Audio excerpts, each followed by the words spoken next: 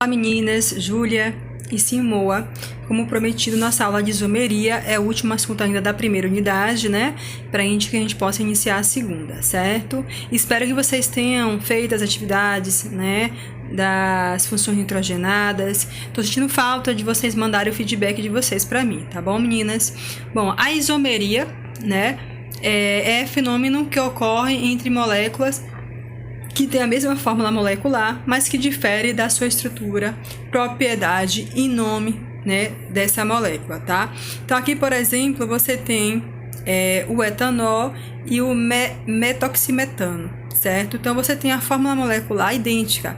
Ambos são C2H6O, tanto o etanol quanto o metoximetano. Só que eles vão ter propriedades, nomes diferentes e a estrutura, como se organiza os átomos que formam essa molécula também será diferente. Então, eles são chamados de isômeros, né? Toda vez que tem aí uma forma molecular idêntica, mas tem propriedades físicas e químicas e nomes e organização espacial diferente. São os isômeros, tá?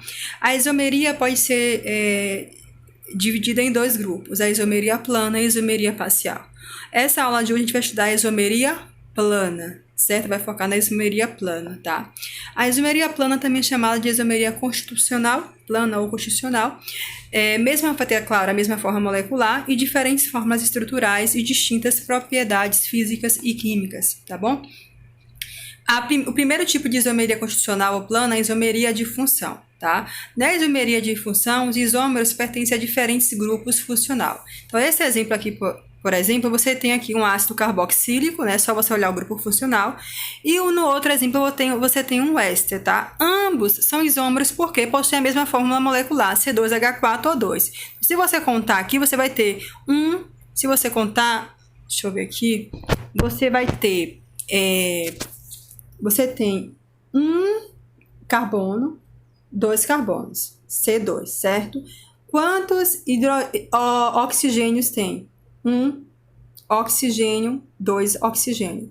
Quantos hidrogênios tem? 3 e 1, 4. Então, você tem C2H4O2 para o ácido carboxílico aí. Para o éster, vamos ver se obedece a mesma forma molecular. Tem quantos carbonos? 1, 2, C2.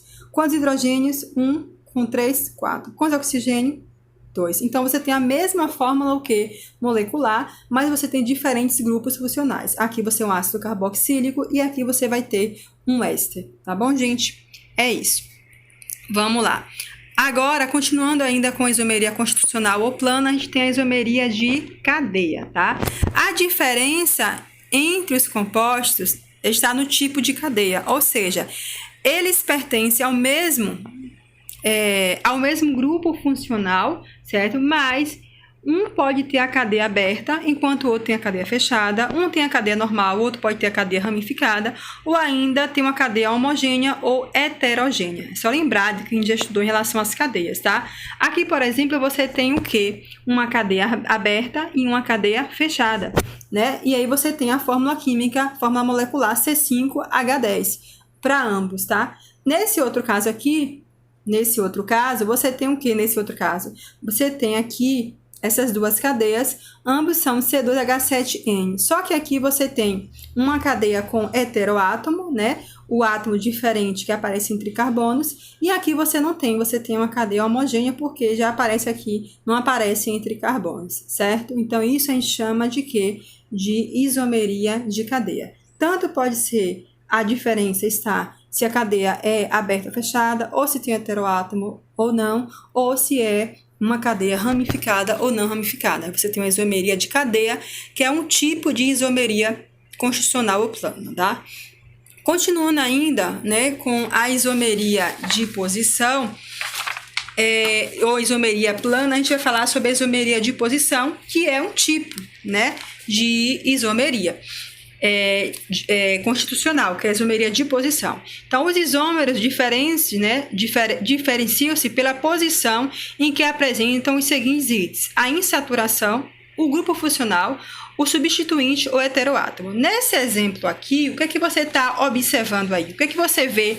O que é que a gente está analisando? Você tem uma cadeia e nessa cadeia você observa o seguinte: as ligações né, as insaturações, as ligações duplas que aparecem aí. Então, o que acontece com essas ligações duplas? Elas apresentam posições o quê? Diferentes. Aí, em um lado você tem um ômega 3 e no outro você tem aí o quê? O ômega 6, tá? No caso, o sistema de ômega, né? Ele tem uma contagem diferente, certo? Lembra que a gente sempre começa a contar, né, os ácidos graxos em comum, sempre o mais próximo ao grupo funcional. No caso aqui, né, desse sistema ômega, você inicia a contagem pela outra extremidade, que é a extremidade que está o último carbono da cadeia. Então, aqui você vai iniciar a contagem pelo último carbono. Então, vai começar a contar daqui. Então, aqui o carbono, não é isso? Vai começar com carbono 1, carbono 2, certo? Carbono 3, carbono 4 e por aí vai. Sempre contar do último carbono. É um pouco diferente. E aqui, aí você chama de ômega 3. Por que ômega 3? Porque a primeira insaturação aqui está no carbono 3. E por que ômega 6? Porque aqui a primeira insaturação está aqui no carbono 6. Então, ômega 3 e ômega 6. Então, aqui é um exemplo de que, gente, de isomeria de posição. Então, tanto pode variar o grupo funcional, quanto a insaturação, quanto a presença ou não de heteroátomos. Só que será um isômero porque terá a mesma fórmula molecular, certo, gente? Ok. Agora aqui, isomeria de compensação ou metameria, tá? É um caso particular de isomeria de posição, porque a diferença entre os compostos isômeros está na posição do heteroátomo, onde esse heteroátomo vai aparecer. Observe aqui, né? Você tem... aqui está o heteroátomo, né? Isso que é o átomo diferente da cadeia, e aqui está o heteroátomo. Então, você tem o quê? A posição do heteroátomo, o heteroátomo aparece em um lugar diferente. Vai ter a mesma forma molecular, C4H10O. Porém, o heteroátomo aparece em posição diferente. Então, você tem uma isomeria de compensação ou metameria. Certo, gente? Aí ele fala compensação, porque a compensação, observe que a depender do lugar onde o heteroátomo esteja, né, aqui do lado direito, a gente vai ter a cadeia de carbono, né, ligada a hidrogênio maior, certo? Então, e é a isomeria de compensação, certo? Que é um tipo que na verdade chama de metameria, né, que na verdade é um tipo de isomeria de posição, mas porque diferencia entre os compostos isômeros, está na posição do seu heteroátomo, onde ele vai estar. Certo? É isso, tá? Vamos continuar aqui falando agora da isomeria dinâmica ou tautomeria. Agora, a tautomeria é um caso particular de isomeria constitucional dinâmica, onde o que é dinâmico é o que muda, não é isso? Pois os seus isômeros coexistem em equilíbrio dinâmico em um sistema. Então, apresenta funções orgânicas diferente. Então, você vai ter aí, no caso, a função orgânica enó, que é bastante instável, convertendo-se espontaneamente em aldeído, que é esse daqui, ó, equilíbrio aldo-enólico, ou se transformando aí em uma cetona, dependendo da localização da dupla ligação, certo? Então, o que acontece aqui?